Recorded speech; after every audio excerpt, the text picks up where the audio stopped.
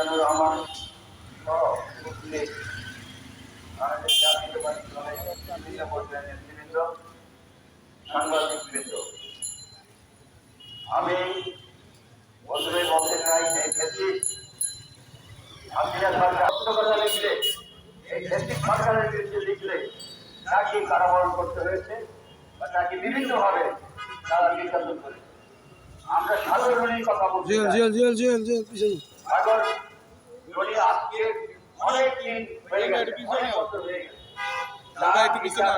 কারণ এই অবস্থান সরকারের অনেক সংবাদ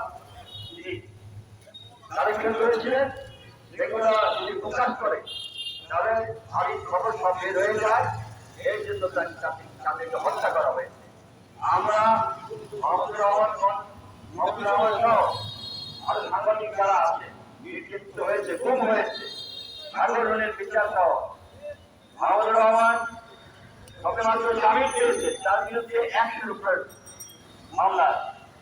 আমরা বর্তমান মাহমুদুর রহমান সাংবাদিক বুদ্ধিজীবী তার নিঃশব্দ মুক্তি চাই, তার সমস্ত মামলা তুলে দিতে হবে এবং সাগররুনি অনতিবিলম্বে তার বিচারের রায় করতে হবে এবং যত সাংবাদিক আছে, সাংবাদিকরা শুধু বাংলাদেশ জাতীয়তাবাদী দল সহ অন্যান্য সহপানা দলের অনেক নেতাকর্মীকে খুন করেছে, গুম করেছে, হত্যা করেছে, বিভিন্ন মামলা দিয়ে এখনো তারা বন্দী আছে।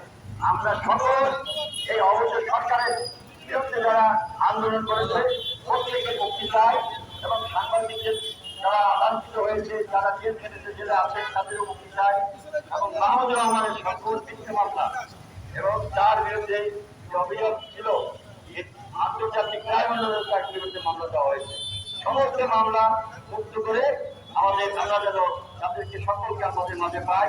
বাংলাদেশে গণতন্ত্র প্রতিষ্ঠা করতে এই সাংবাদিকদের ভূমিকা অনেক বেশি। তাদের এই বলে আমি আমার বক্তব্য শেষ করছি। আল্লাহ হাফেজ। বাংলাদেশ জিন্দাবাদ। সকলকে ধন্যবাদ।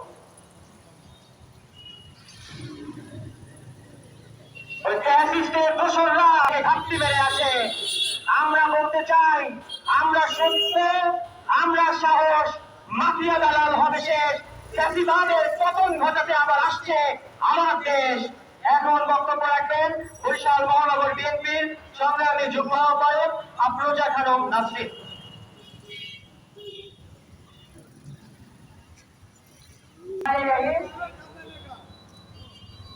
আজকের এই প্রখ্যাত সাংবাদিক, বুদ্ধিজীবী এবং সাবেক জ্বালানি উপদেষ্টা জনাব মাহমুদুর রহমানের জামান খান ফারুক উপস্থিত রয়েছেন, মহানগর বিএনপির সংগ্রামী সদস্য সচিব জিয়াউদ্দিন শিকদার জিয়া উপস্থিত রয়েছেন, সাংবাদিক বৃন্দ, নেতৃবৃন্দ, সকলকে জানাচ্ছি সংগ্রামী শুভেচ্ছা ও বিপ্লবী অভিনন্দন।